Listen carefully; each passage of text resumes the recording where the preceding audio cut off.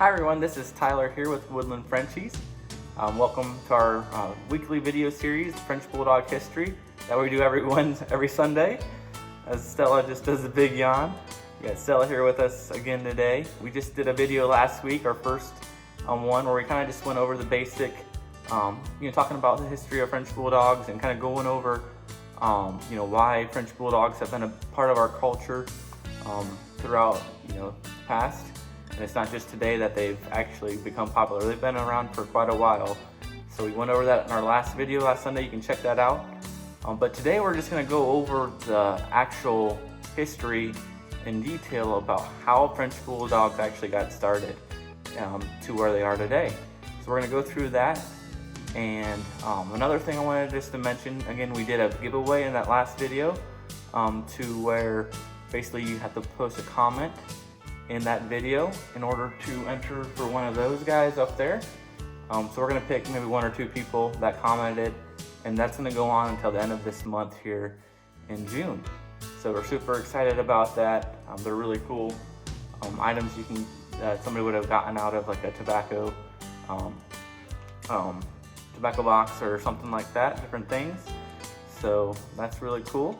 But yeah, let's go ahead and get started and actually get into detail about the French Bulldog history and how they got started to where they are now. So yeah, we'll get right into that.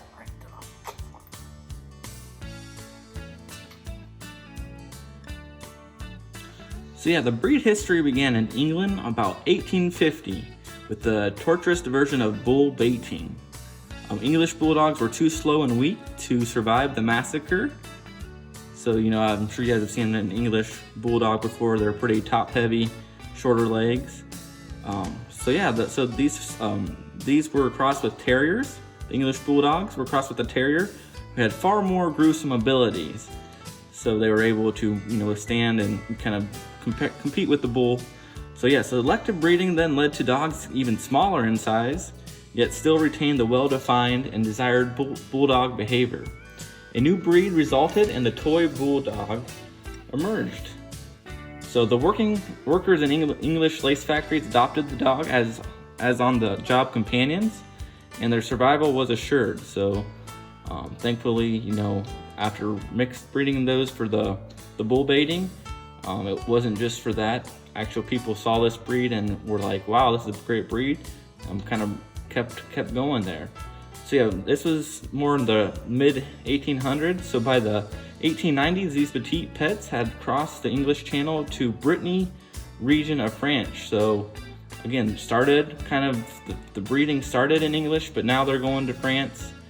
And that's kind of where the French Bulldog obviously gets its name, and we'll talk about that here.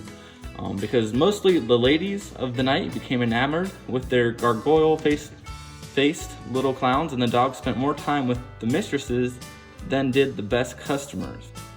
They were also frequently used by the upper classes as lap dogs to attract fleas away from their owners, since most parasites preferred canine flesh rather than humans.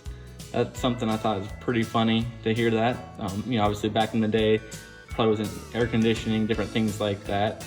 There's a lot of bugs, so that's one reason people had pets. So with their fame in the nation well established, they became known as the French Bulldogs. So that's kind of the backstory from England to France and how they got their name.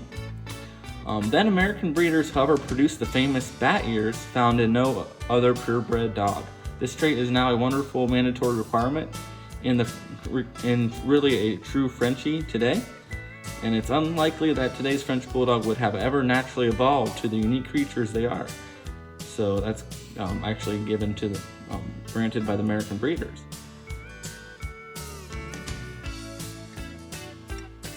So the Frenchie is total opposite of the most untouched canine in the world, the Australian dingo. This was my favorite dog or favorite animal growing up, was a dingo in Australia.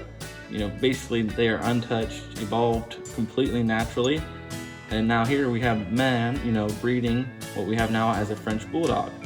And it's resulted in exceptional animal and family and companion. So, two big comparisons. And you can ask any owner whether or not the little bully will live in his or her heart forever. Families and owners of French Bulldogs obviously love them. So from Paris, Coquette, walking in the Champs Elysees, to men and women along Chicago, Michigan Avenue, California Rodeo, drive on your own. Just exit that part.